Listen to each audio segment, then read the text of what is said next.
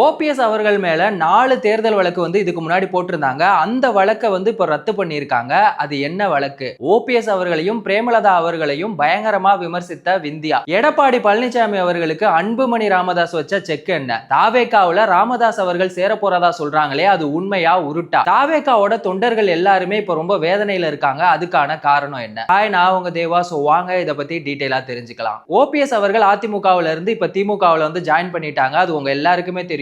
இது வந்து அரசியல் களத்திலேயே ரொம்பவே பரபரப்பா பேசப்பட்டு இருக்க ஒரு விஷயம். இப்போ இன்னைக்கு என்னாச்சு அப்படின்னா, ஓபிஎஸ் அவர்கள் வந்து இதுக்கு முன்னாடி 4 தேர்தல் வழக்கு வந்து அவர் மேல போட்டிருந்தாங்க. அந்த வழக்கை வந்து இப்ப ரத்து பண்ணிருக்காங்க. இந்த வழக்கு வந்து என்னைக்கு நடந்தது அப்படின்னு பாத்தீங்கன்னா 2024 மக்களவை தேர்தல்ல ஓபிஎஸ் அவர்கள் வந்து சுயேட்சையா வந்து போட்டியிட்டாங்க. அப்போ தேர்தல் பிரச்சாரத்தப்போ அவர் வந்து தேர்தல் விதிமுறைகளை வந்து மீறிட்டதா வந்து அவர் மேல வந்து குற்றச்சாட்டு வச்சிருந்தாங்க. என்னெல்லாம் சொன்னாங்க அப்படின்னா, தேர்தல் பிரச்சாரம் வந்து இந்த டைமுக்குள்ளதான் நடக்கணும் அப்படின்னு சொல்லி ஒரு குறிப்பிட்ட டைம் இருந்தது. ஆனா அவர் நைட்டு 10 மணிக்கு மேல வந்து தேர்தல் பிரச்சாரத்தை நடத்தினதாவும், தேர்தல் பிரச்சாரத்தப்போ வந்து வெடி வெடிச்சதாவும், இவ்வளவு வாகனங்கள் தான் வந்து போகணும் அப்படின்னு இருக்கும்போது அதையும் மீறி அதிகப்படியான வாகனங்கள் வந்து அந்த இடத்துல போனதாவும் அவர் மேல வந்து குற்றச்சாட்டு வச்சிருந்தாங்க. இதனால இந்த தேர்தல் பிரச்சாரம் வந்து எங்க நடந்துச்சு அப்படின்னா ராமநாதபுரம் மாவட்டத்துல தான் வந்து நடந்துச்சு. இதுக்காக 4 இடங்கள்ல அவர் மேல வந்து வழக்கு பதிவு போட்டிருந்தாங்க. பரமக்குடி, திருப்புல்லானி, திருவாடனை, கீழக்கரை இந்த 4 இடங்கள்ல தான் வந்துட்டு அவர் மேல வந்து வழக்கு பதிவு போட்டிருந்தாங்க. இந்த கேஸை வந்து சென்னையோட ஹைகோர்ட் நீதிபதியான ஜெகதீஷ் சந்திரா அவங்க தான் வந்து விசாரணை பண்ணிருக்காங்க. அவங்க விசாரணை பண்ணிட்டு தான் இந்த 4 தேர்தல் வழக்கை வந்து இப்போ ரத்து பண்ணிருக்காங்க.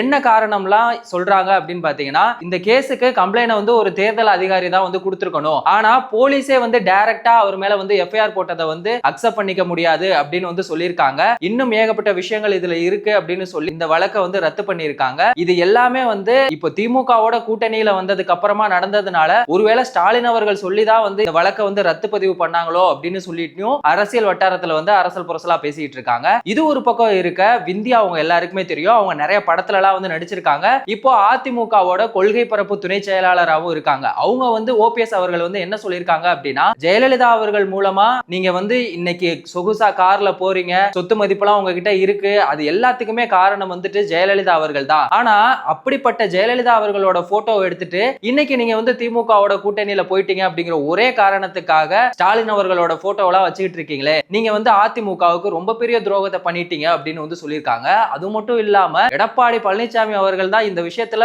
உண்மையிலேயே ரொம்ப தீர்க்கதரிசி அப்படின்னு வந்து சொல்லியிருக்காங்க. எதுக்கு? பாஜகவோட கூட்டணி வச்சிருக்கனாலயா? இது ஒரு பக்கம் இருக்க, இன்னொரு பக்கம் பிரேமலதா அவர்களையும் வந்து விமர்சனம் பண்ணியிருக்காங்க. ஏன்னா கேப்டன் விஜயகாந்த் அவர்கள் வந்து அவரோட மண்டபத்தை இடிச்சு அவருக்கு பயங்கரமான பிரச்சனையை கொடுத்ததே வந்து திமுக தான். திமுகவை ஒழிக்கணும் அப்படிங்கிறது தான் அவரோட கொள்கையா இருந்துச்சு. ஆனா இன்னைக்கு பிரேமலதா அவர்கள் வந்து அவங்க கூடயே வந்து கூட்டணி வச்சிருக்காங்க. மக்களுக்காக எதுவுமே பண்ணாம பெட்டியை வந்து பேரம் பேசுறதுலயே அவங்க குறியா இருந்திருக்காங்க அப்படின்னு சொல்லியும் அவங்க வந்து விமர்சனம் பண்ணிட்டு இருக்காங்க.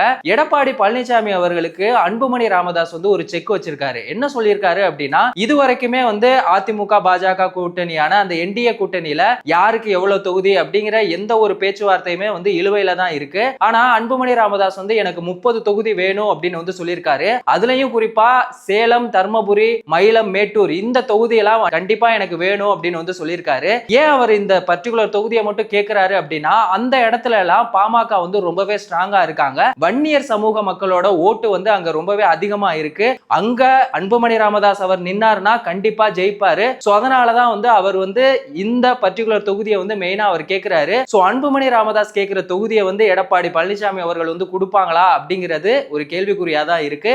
இன்னொரு பக்கம் பாஜக வந்து 2021 சட்டமன்ற தேர்தலில் அவங்களுக்கு கொடுத்த தொகுதி வந்து 20. ஆனா அதுல அவங்க ஜெயிச்சது பாத்தீங்கன்னா 4 சீட்டு மட்டும் தான் ஜெயிச்சாங்க.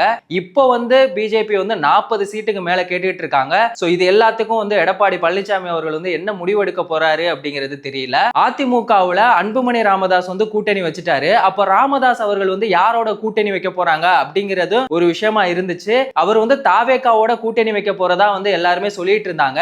இது சம்பந்தமா பேசினா அவர் என்ன சொல்லிட்டாரு அப்படின்னா, அதுக்கெல்லாம் வாய்ப்புள்ள ராஜா அப்படிங்கிற மாதிரி சொல்லிட்டாரு. இது வந்து உண்மையிலே வதந்தி தான். நாங்க அவங்க கூட எந்த ஒரு பேச்சுவார்த்தையுமே நடத்தல அப்படின்னு அவர் தெளிவா சொல்லிட்டாரு. இன்னொரு பக்கம் எல்லாருமே வந்துட்டு இந்த தொகுதி பிரிக்கிறது, கூட்டணி சேர்க்கிறது, வேட்பாளர்களை அறிவிக்கிறது அப்படின்னு சொல்லிட்டு இந்த 2026 சட்டமன்ற தேர்தல் கிழமை ரொம்பவே சூடு பிடிச்சிட்டு இருக்கு. ஆனா தாவேகா வந்துட்டு எந்த ஒரு நடவடிக்கையும் எடுக்காம எனக்கு என்ன அப்படின்னு சொல்லிட்டு இருக்காங்க. வர்றாங்க, வாரத்துக்கு ஒரு முறை மாநாடு போடுறாங்க. அதுக்கப்புறமா அந்த தாவேகா கட்சியில என்ன நடக்குது அப்படிங்கறதே தெரியல. அப்படி அப்படிதான் இருக்கு. தாவேகா வந்து வேட்புமனு தாக்கல் செய்யறதுக்காக விண்ணப்பிச்சிருந்தாங்க. ஏகப்பட்ட பேர் வந்து அதுக்கான விண்ணப்பங்களையும் கொடுத்திருந்தாங்க. ஆனா ரிட்டன் வந்து எதுவுமே வரல அப்படிங்கிறது தான் இப்ப தாவேகா சைடுல வந்துட்டு ரொம்பவே வேதனையா இருக்கு. அதுக்கான ரீசனா என்ன சொல்றாங்க அப்படின்னா, தாவேகா தலைவர் விஜய் அவர்கள் வந்து ஒரு தொகுதிக்கு 3 பேரை மட்டும் தான் வந்து சந்திக்க போறதா சொல்லியிருக்காங்க.